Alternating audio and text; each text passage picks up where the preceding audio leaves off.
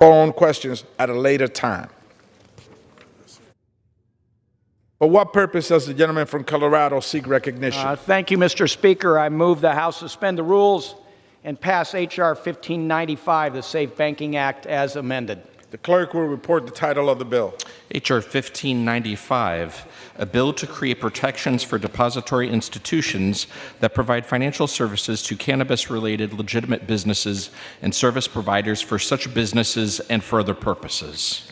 Pursuant to the rule, the gentleman from Colorado, Mr. Perlmutter, and the gentleman from North Carolina, Mr. McHenry, each will control 20 minutes. The chair recognizes the gentleman from Colorado. Thank you, Mr. Speaker. I ask unanimous consent that all members may have 5 legislative days in which to revise and extend their remarks and to include extraneous materials on H.R. 1595. Without objection, so order. Mr. Speaker, I yield myself as much time as I may consume. The gentleman is recognized. Thank you. I'm proud we are here today to pass this bill about public safety, accountability, and respecting states' rights. 47 states, 4 U.S. territories, and the District of Columbia have spoken and legalized some form of recreational or medical marijuana, including cannabidiol. 318.2 million people live in those 47 states. That's 97.7% of the population. However, because marijuana remains illegal under federal law, businesses in these states are forced to deal in cash.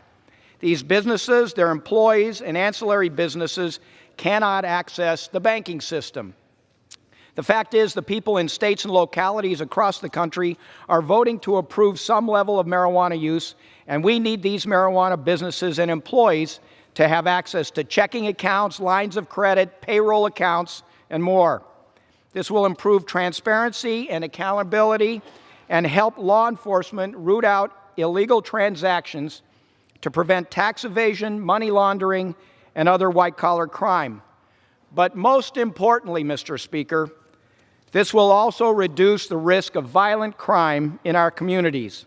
These businesses and their employees become targets for murder, robbery, assault, and more by dealing in all cash, and this puts the employees and store owners at risk. And Congressman Heck will speak directly to this point. The Safe Banking Act will create a safe harbor for financial institutions and their employees who choose to do business with a marijuana company. Section 3 of the bill is particularly important to not only marijuana businesses, but everyone who might do business with a marijuana-related company. This section would protect ancillary businesses like real estate owners, accountants, electricians, and vendors by clarifying that the proceeds from legitimate cannabis businesses are not illegal under federal laws. This proceeds section is the key provision allowing all cannabis-related businesses and their service providers to access the banking system without fear of reprisal. We have worked with our Republican colleagues on a few changes to improve the bill since it was marked up in March. As Mr. Barr will discuss, the bill now includes protections for financial institutions to provide financial services to hemp and CBD businesses.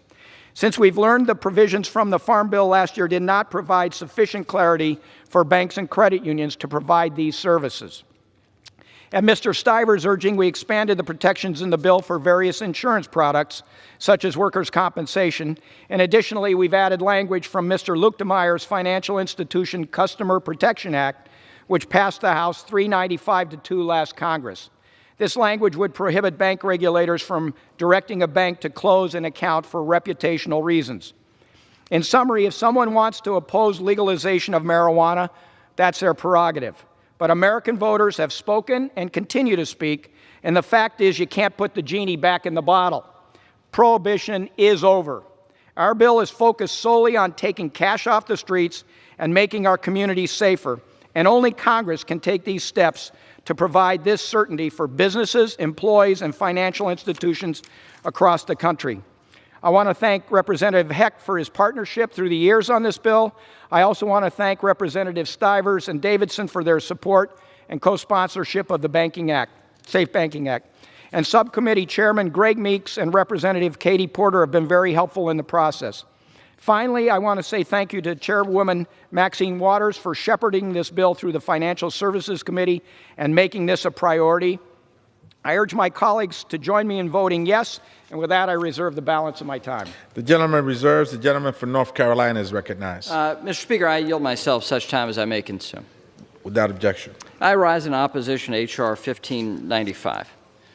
But I want to begin, before I go into the contents of my argument against this legislation, I want to start by commending the bill's sponsor, Mr. Perlmutter of Colorado, for his tireless advocacy, his reasonableness in his approach, and his willingness, even in the midst of the toughest negotiations around the subject matter, to keep his cool, to think through the import of the bill, and to seek compromise where he could.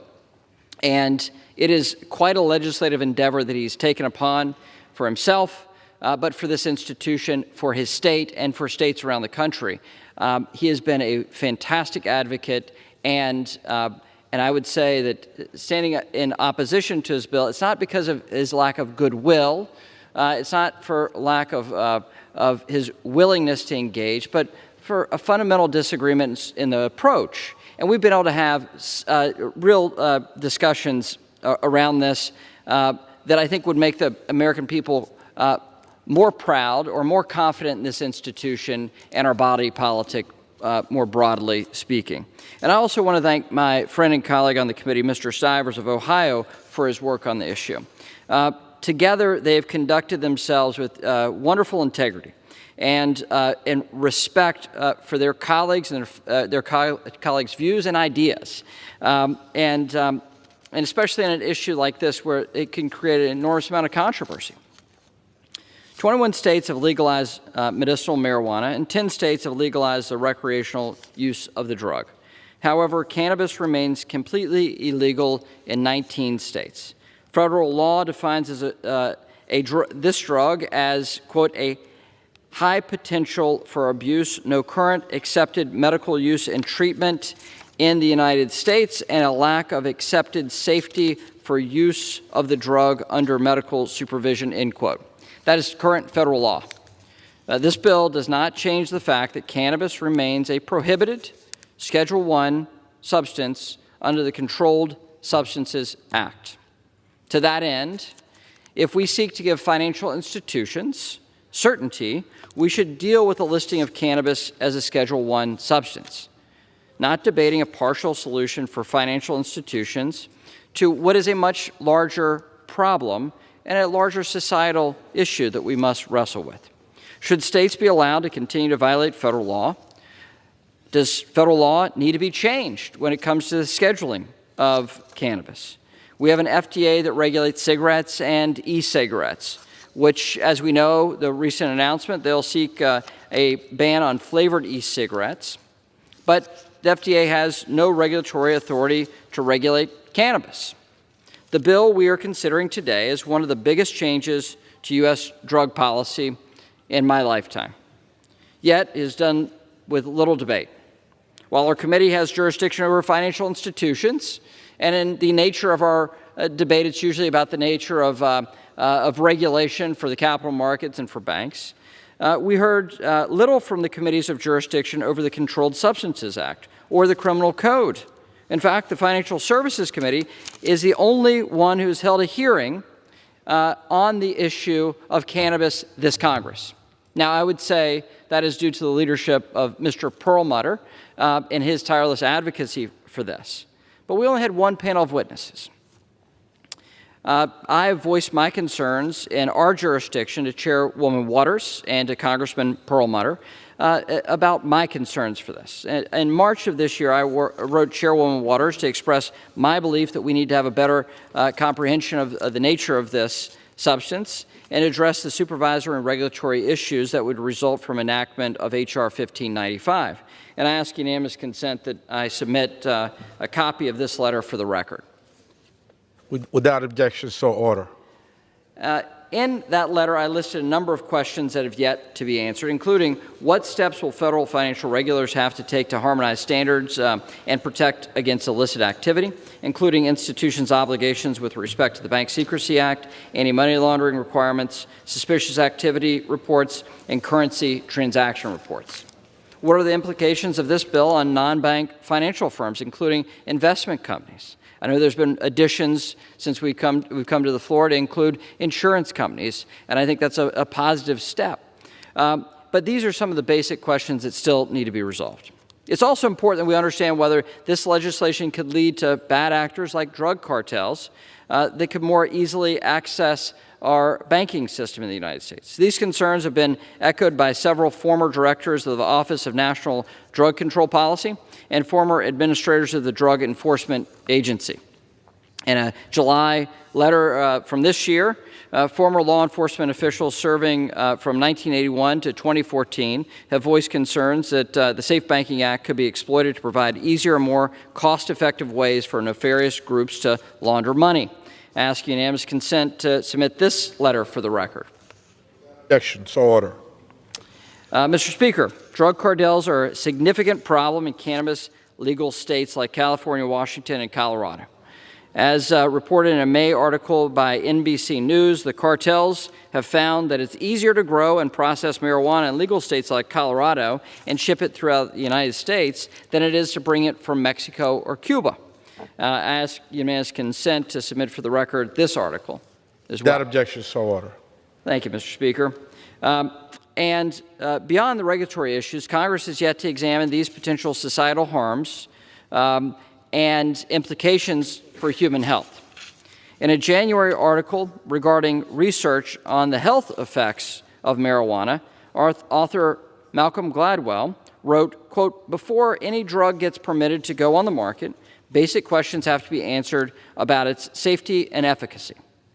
We don't know relatively basic questions about marijuana," end quote. I commend this piece from The New Yorker and ask unanimous consent to submit it for the record. Without objection, so order. Thank you, Mr. Speaker. I appreciate the gentleman from Colorado's willingness to work with several of my colleagues on this side of the aisle. I want to commend him and the gentleman from Ohio, Mr. Stivers, once again for their commitment to this effort. This version of the legislation before us right now is dramatically improved and includes a number of Republican priorities, such as language on Operation Choke Point and a solution that will help industrial hemp farmers across the country, but most especially in Kentucky. Yet, Mr. Speaker, there are many questions left to be answered. We do not fully understand the sweeping implications of this legislation. We do not yet know what the resulting regulatory regime will look like, nor do we have any assurance that it will not expose the current financial system to illicit activity.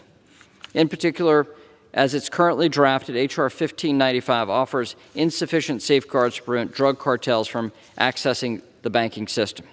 What this legislation does is provide a half answer to a much larger problem than just banking. We owe it to our constituents and to the public to have a serious debate on the underlying issue. And that is the issue of whether or not cannabis should be considered a Schedule I substance under the Controlled Substances Act. I know Mr. Perlmutter and I share that same sentiment that we should have that larger debate.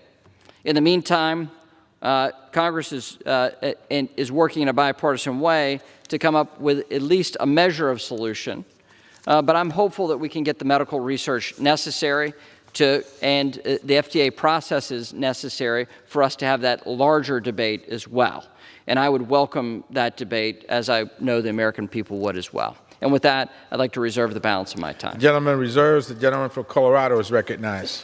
Thank you, Mr. Speaker. I just say to my friend, thank you for the kind words about working across. This has been a partnership in many respects, lots of interchange.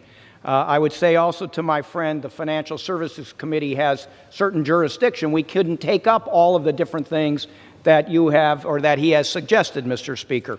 But we were able to take up this marijuana bill. It's the first time this Congress has done it, certainly in my terms here. And the reason we did that was because the chairwoman was a driving force to get this matter in front of the Congress. And with that, I'd yield 4 minutes to Chairwoman Waters. The gentle lady from California is recognized. Thank you so very much. I rise in support of H.R. 1595, the Safe Banking Act, sponsored by Representatives Ed Perlmutter, Denny Heck, Steve Stivers, and Warren Davidson. And let me just say to all of these individuals who have worked so long and so hard on this legislation, I'm proud of the work that you have done. I'm proud of the cooperation that you have demonstrated, and I'm proud to be on this floor with you today. This bipartisan bill addresses a pressing public safety issue for businesses that legally grow, market, or sell cannabis in states that have legalized its use and that are currently forced to operate with cash only. 47 states, 3 territories in D.C. have legalized some form of marijuana, and it is time for Congress to act. Cannabis-related businesses are locked out of the banking system and cannot maintain checking accounts, process payroll obligations, or pay taxes. The Financial Services Committee heard testimony in February that these cash-only businesses and their employees have become targets for violent criminals. The Safe Banking Act addresses this serious problem by providing a safe harbor to financial institutions that choose to serve state-regulated cannabis businesses. The bill would also help others, like plumbers or electricians, who provide services to cannabis businesses, but face similar challenges with access to banking services. With the passage of this bill, all of these businesses will gain access to traditional financial services that most businesses take for granted.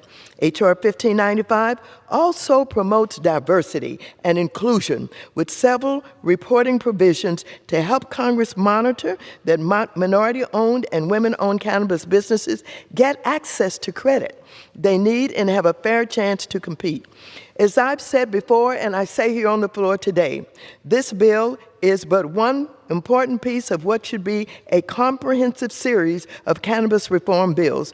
I have long fought for criminal justice reform and deeply understand the need to fully address the historical racial and social inequities related to the criminalization of marijuana. I support this legislation, like Representatives Lee's Marijuana Justice Act and Chairman Nadler's MORE Act that would deschedule marijuana federally and provide assistance such as job training, reentry services for those who have been harmed by the war on drugs. Let me be clear. It is long overdue for Congress to address the unjust criminalization of marijuana use. So I eagerly look forward to the Judiciary Committee sending the legislation to the House floor soon. I thank Representatives Perlmutter and Heck for their long-standing leadership on this issue. The past 6 years, I urge all members to vote yes on the bill, and when we get the legislation from the Judiciary Committee, to do all of those things that I have spoken about here and what is considered justice for those who have been harmed by some of the laws that cause people to be incarcerated. We eagerly look forward to that legislation. We urge the Judiciary Committee to send it to the floor so that we can support it. And I yield back the balance of my time. The gentlewoman yields. The Continue. gentleman from Colorado I reserves. reserve. The gentleman from North Carolina is recognized. Oh, thank you, Mr. Speaker. This time I'd like to yield 90 seconds to the gentleman from Michigan, the ranking member of the Capital Markets Subcommittee, Mr. Heising. The gentleman from Michigan is recognized for 90 seconds. Thank you. I appreciate the ranking member allowing me this. And let's set aside the moral and societal aspects of cannabis and the debate and acknowledge that we have a problem. We do have a problem. We have states that have decided to violate federal law.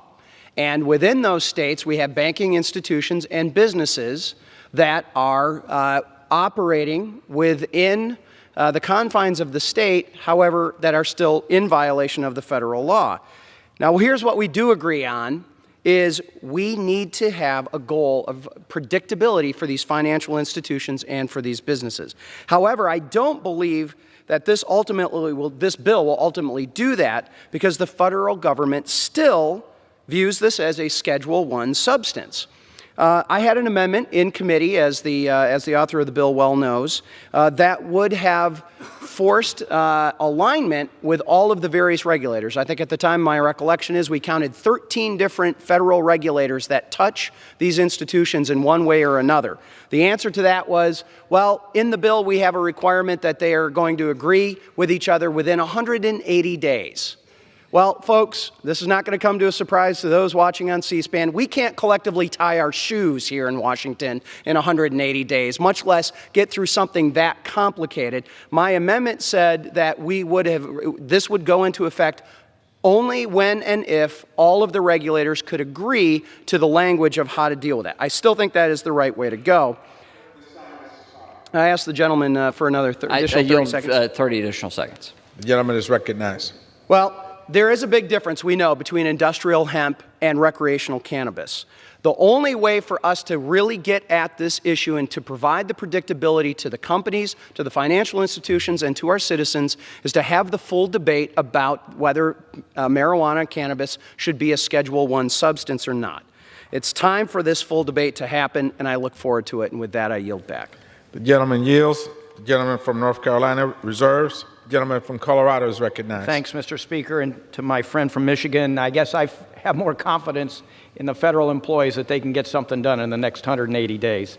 I want to now yield 4 minutes to Mr. Hecht from Washington, who has been working on this subject with me for the last 6 years, and I'll turn it over to him. Gentleman from Washington is recognized. Thank you, Mr. Speaker. I thank the gentleman from Colorado. I do rise in support of H.R. 1595, the Safe Banking Act. Before I do that, I want to acknowledge the leadership of this man for a very long period of time. The only reason we are standing here tonight about to vote on this is because of the tireless, brilliant leadership by the gentleman from Colorado. I thank him for it. It has been an incredible journey over a long period of time. I thank the chair of the committee as well for her strong, clear leadership on this. And lastly, I'd like to thank the two gentlemen from Ohio, Mr. Stivers and Mr. Davidson, who are not just allies, they are friends and have done excellent work in this regard. This is a public safety bill, pure and simple. If you want your neighborhoods to be safer, vote yes. If you want your communities to be safer, vote yes. If you want the employees at the dispensaries throughout the 47 states who have some form of legalized cannabis, vote yes. This is a public safety bill, and it is not hypothetical. It is real. Exhibit A, Travis Mason.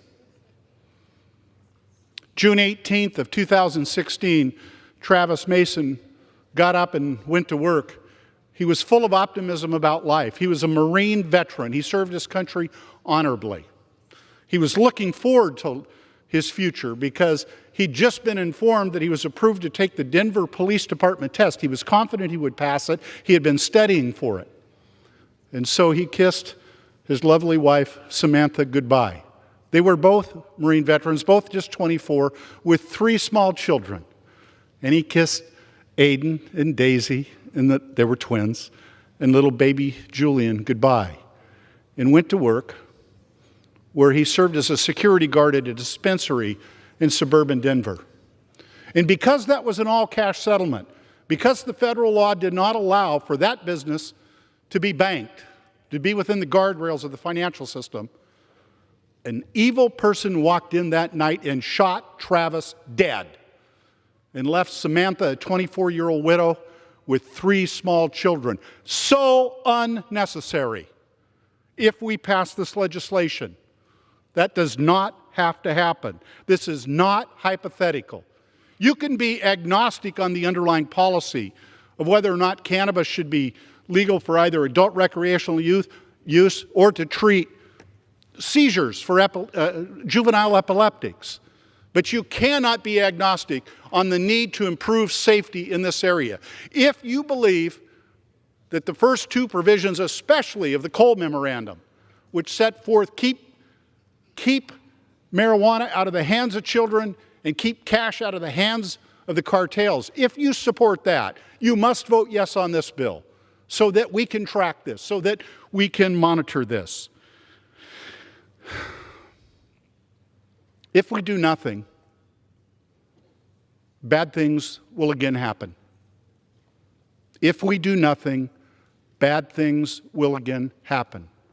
If we pass this law, if we pass the Safe Banking Act, the public safety measure, then we can avoid another widowed Samantha, another murdered clerk at a dispensary. We can make our neighborhoods safer. We can make our communities safer. Please join us in voting yes on H.R. 1595. The gentleman yields. The gentleman from Colorado reserves. Reserve. The gentleman from North Carolina is recognized. Mr. Speaker, how much time remains? The gentleman from North Carolina has 9 minutes, and the gentleman from Colorado has 8 minutes. All right. With that, I'd like to yield 1 minute from the gentleman from Germantown, Tennessee, Mr. Kustoff. The gentleman from Tennessee is recognized for 1 minute. Thank you, Mr. Speaker, and I want to thank the ranking member for yielding. I rise today in opposition to H.R. 1595, the Safe Banking Act. I do want to say I appreciate the debate that we've had in our Financial Services Committee, but I think that we need to have the same debate in the Judiciary Committee. We all know that over the last several years, states across the country have passed various laws to legalize marijuana for both recreational and medical purposes. That flawed approach has created a patchwork of state laws and regulations that have allowed for the spread of marijuana use across the U.S. Proponents of this bill claim that it will provide consistent guidelines for marijuana companies to do business across our national finance system. However, my concern is that the legalization will only provide safe harbor while legitimizing and encouraging more widespread use of this currently illegal drug. The reality is today that we are voting to nationally legalize marijuana throughout our banking system, rather than taking the correct approach, which I believe is to take a vote. If I could have 20 more seconds. I don't have any more time. Sorry. I yield Gentleman back. from Colorado. Sorry.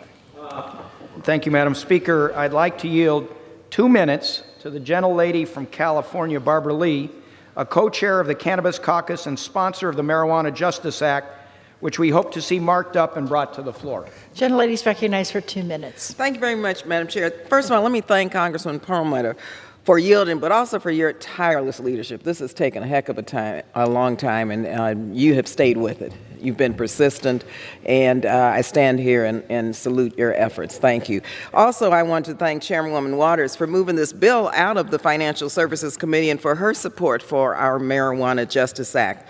And also to Congressman Heck for his clarity as to why this bill is necessary and for his support. And of course, my partner and friend who has been on this issue so many years as co-chair of the Bipartisan Cannabis Caucus, in which I serve also as co-chair, Congressman Earl Blumenauer. So I just have to salute and thank everyone for getting us to this point.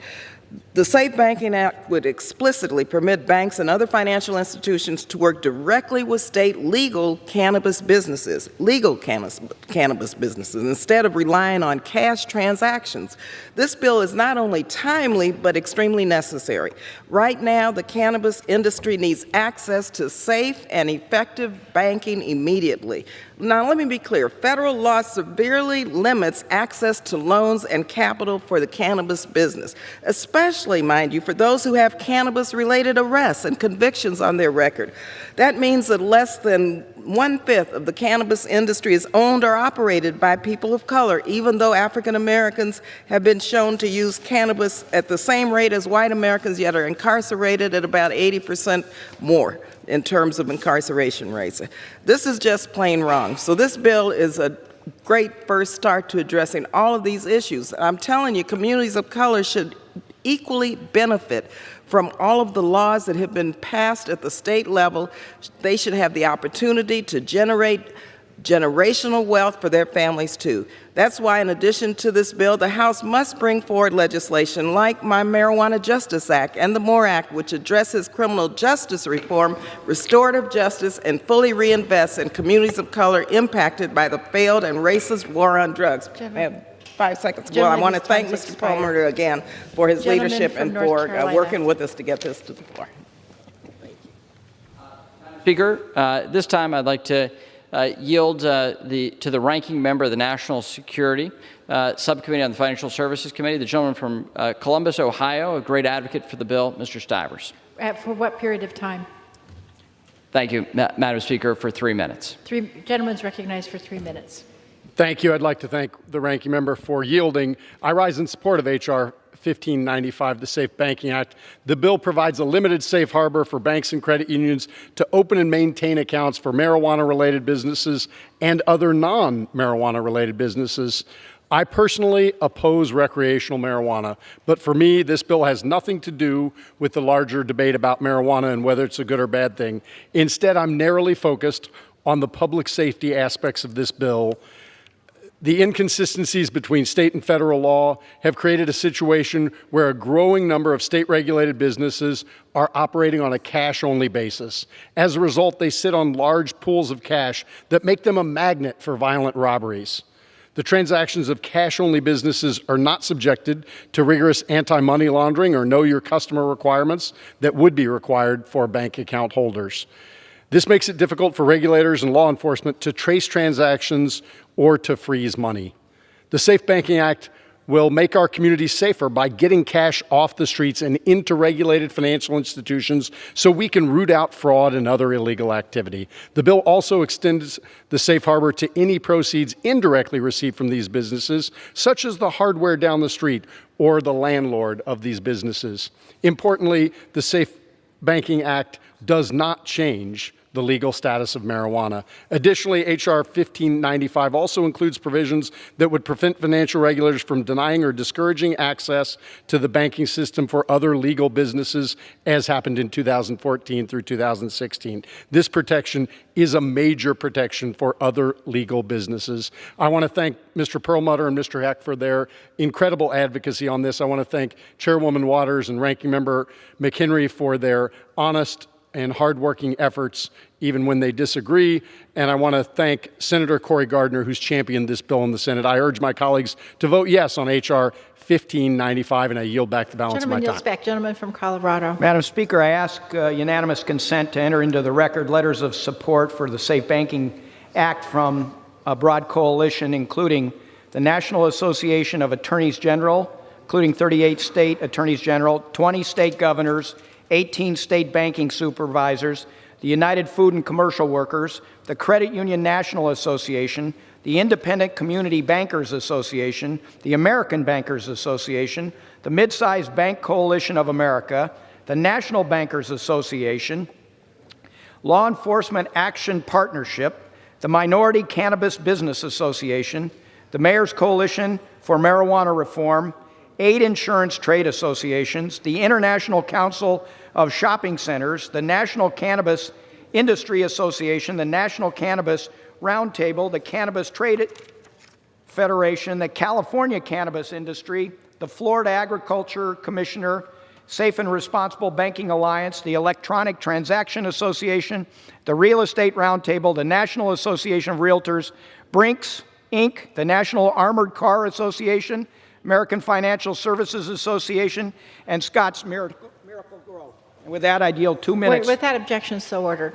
Gentlemen, how long are you yielding? I yield 2 minutes to Mr. Blumenauer, who's been the quarterback of a lot of this cannabis legislation. Gentleman's recognized for 2 minutes.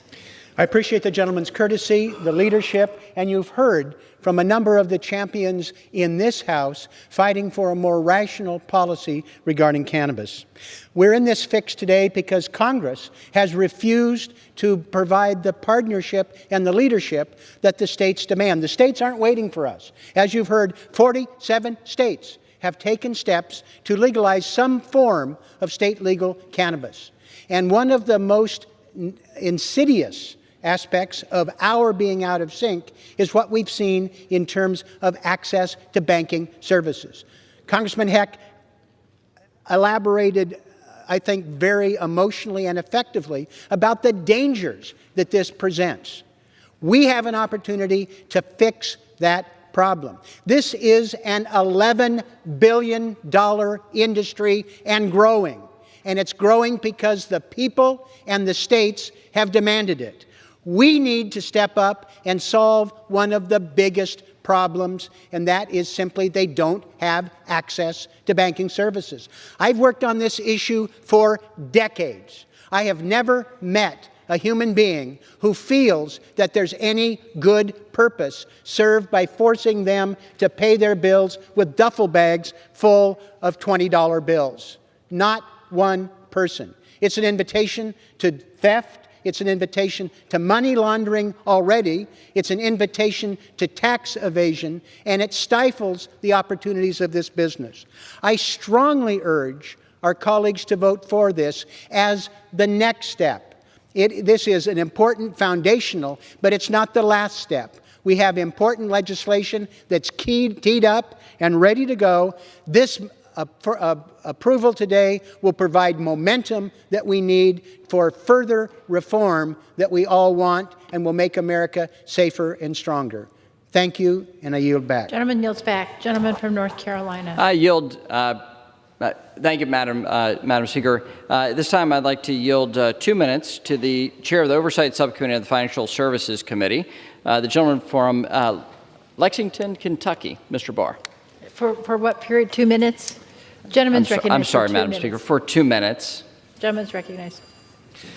Thank you, Madam Chairwoman. Madam Speaker, I rise in support of H.R. 1595, the Safe Banking Act, and I want to thank my friend, the gentleman from Colorado, for working with me in a bipartisan way to include 2 amendments that will allow legal hemp farmers and businesses in my district access financial services. Kentuckians have a deep interest in the production, cultivation, and sale of industrial hemp, and we have historic connections to this too. Many Americans may not know, but my predecessor in the Central Kentucky seat in Congress, Speaker of the House Henry Clay, was once a hemp farmer. Now, thanks to the Farm Bill, the hemp industry in the Commonwealth is booming once again. Much of the resurgence of the industry occurred under the Industrial Hemp Research Pilot Program established by the 2014 Farm Bill.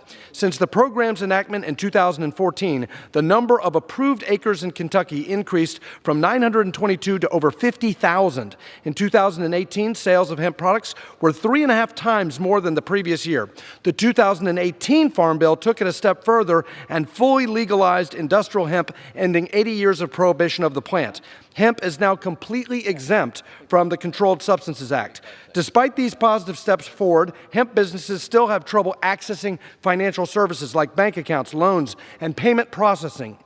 This bill will provide additional clarity for banks, insurance companies, and card processors that they can, in fact, do business with legally operating hemp businesses. It would also direct our federal financial regulators to issue joint guidance to financial institutions on how to serve hemp and CBD businesses without legal risk. There is amazing potential for hemp and hemp-derived products. One hemp farmer in my district has an exclusive deal with Patagonia to provide hemp for farming. Toyota, who has the largest manufacturing facility in my district, is exploring the use of hemp for car interiors. Hemp farmers in my district are cultivating hemp to produce products ranging from nutraceuticals, dietary supplements, pharmaceuticals, cosmetics, apparel, footwear, fashion, and even industrial products and construction materials. But for hemp producers and businesses to fully scale up and take advantage of the descheduling under the Farm Bill, they need access to financial services. Again, I want to thank my friend from Colorado for working with me in a bipartisan way, and I urge support for H.R. 1595. Gentleman from Colorado. I'd like to inquire how much time on each side. Each side has 4 minutes remaining. Okay. I'd like to yield to the chair of the Financial Institutions Subcommittee, Mr. Meeks. 1 minute. 1 minute. Gentleman's recognized for 1 minute. There's been a rapid and dramatic shift in the legal treatment of cannabis led by voters at the local and state level. Nearly every American now lives in a state where cannabis has been decriminalized to some extent and legal business activities permitted to varying degrees, including in my home state of New York. But federal drug laws and bank regulations have not evolved to reflect this new reality. We need clear, harmonized laws, which the Safe Banking Act provides. Without passage of this bill, the legal cannabis industry is forced to operate mostly in cash, depriving law enforcement of important financial data and creating avoidable security risk for companies and their employees. With the passage of this bill, entrepreneurs, employees, and financial institutions operating legally within the bounds of the state and local laws will no longer bear the burden of punitive tax code, high compliance hurdles, and the lack of all basic financial services and significant security tasks. And I am proud of the work that Mr.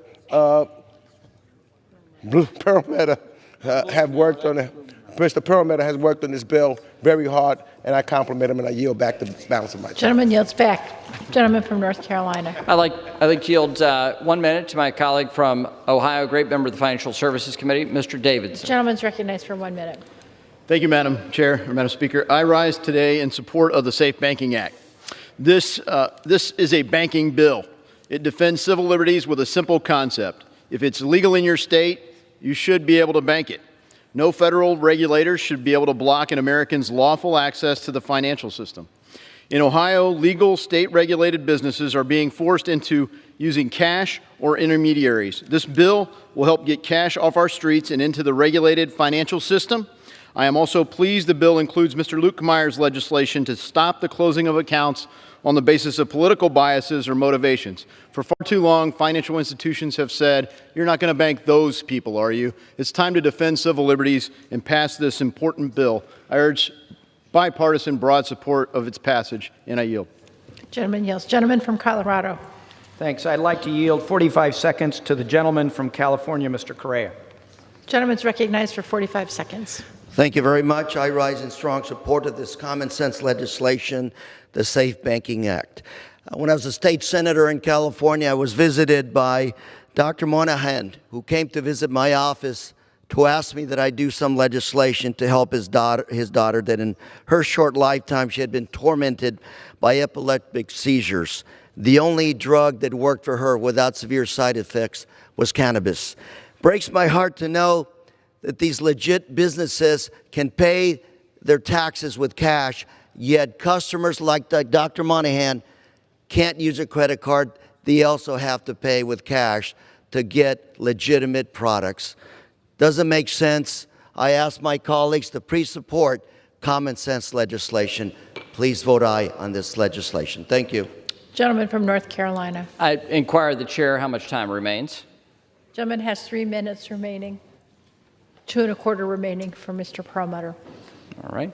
With that, I'd like to yield 1 minute to my colleague from Florida, from the gentleman from Fort Walton Beach, Florida, Northwest Florida, Mr. Gates, for 1 minute. Gentleman's recognized for 1 minute. I thank the gentleman for yielding, and it's on behalf of those cannabis patients in Fort Walton Beach and across the Sunshine State that I rise in support of the Safe Banking Act. I'm proud to have been a part of drafting Florida's medical marijuana laws, and it is ludicrous that the Congress of the United States would stand between people operating under the color of state law and their ability to access the financial system. It is good for no one to have billions of dollars rolling around outside of the accountabilities and efficiencies and safeguards that the American financial system provides. A vast majority of states have legalized some form of cannabis, and if any business is legal in that state, they should have the same financial protections as any other business. I am a proud original co-sponsor of the Safe Banking Act, and I thank my colleagues for their tireless work on the issue. I know the bill's not perfect. I expect the bill to get better in the Senate, but hopefully this will build some common sense momentum for real cannabis reform. Let's get this drug off the Schedule I list and do right for the great people in the country, and I yield back. Gentleman from Colorado. I'd like to yield 45 seconds to the gentlelady from the Virgin Islands, Ms. Plaskett. Gentlelady is recognized. Thank you.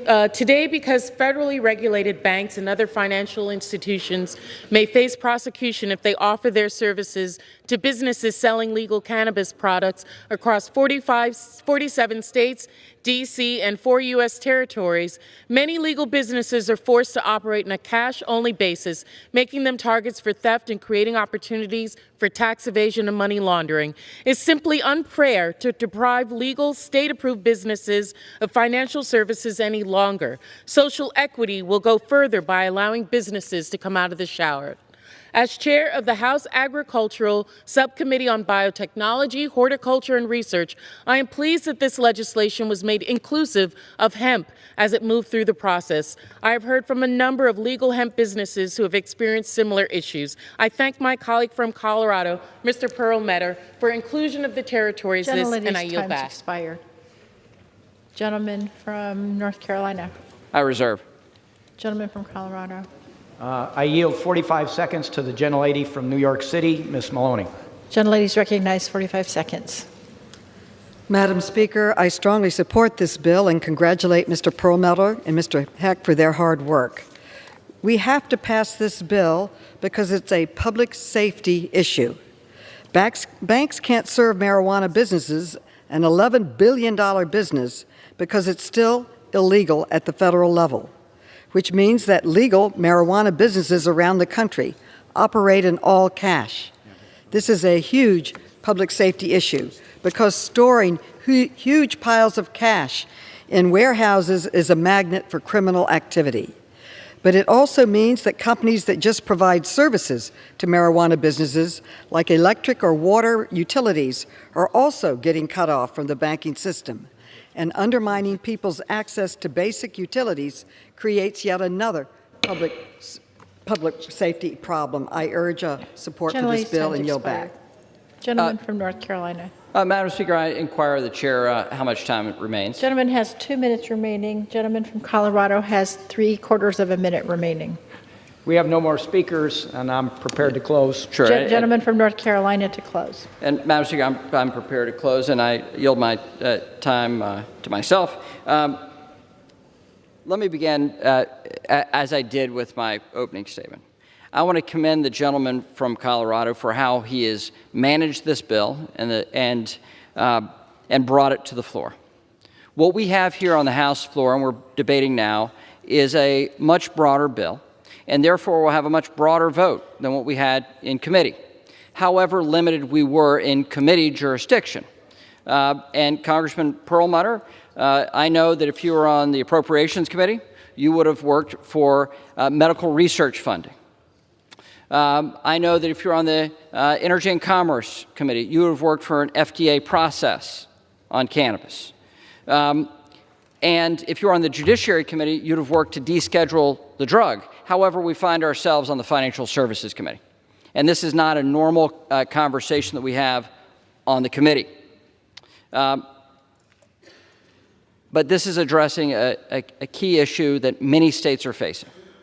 And many institutions, financial institutions, credit unions, and banks are facing, which is how to bank people with a lot of cash with a product that's legal at the state level, but defined at the federal level as an illicit substance that is harmful for human consumption. So while Congress is taking this half measure, it doesn't resolve the issue.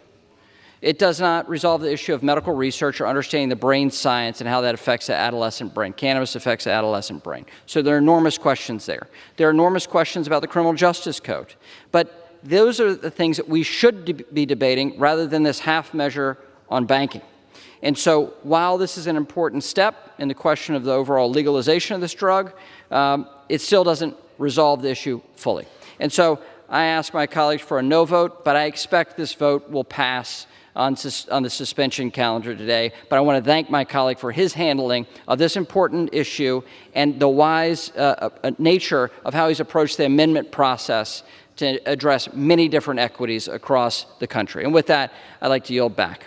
Gentleman yields back. Gentleman from Colorado. Thank you. I yield myself the balance of my time. Gentleman's recognized. I thank the gentleman from North Carolina. And as I said at the top of this debate, this bill is about public safety, accountability, and respecting states' rights. Our bill is narrowly tailored to get cash off the streets and improve public safety in communities across the country. I want to thank my co-sponsors. They've heard from me. They've been working with me for years and really appreciate that. But especially I want to thank the staff of the Financial Services Committee, the staff of my co-sponsors, and my own staff for the work they've done to put this bill and coalition together. There are many marijuana issues that remain, but this one gets the cash off the streets. This is about public safety. I urge all my colleagues to vote yes and on the Safe Banking Act, and I yield back the balance of my time. Gentleman yields back. The question now occurs, will the House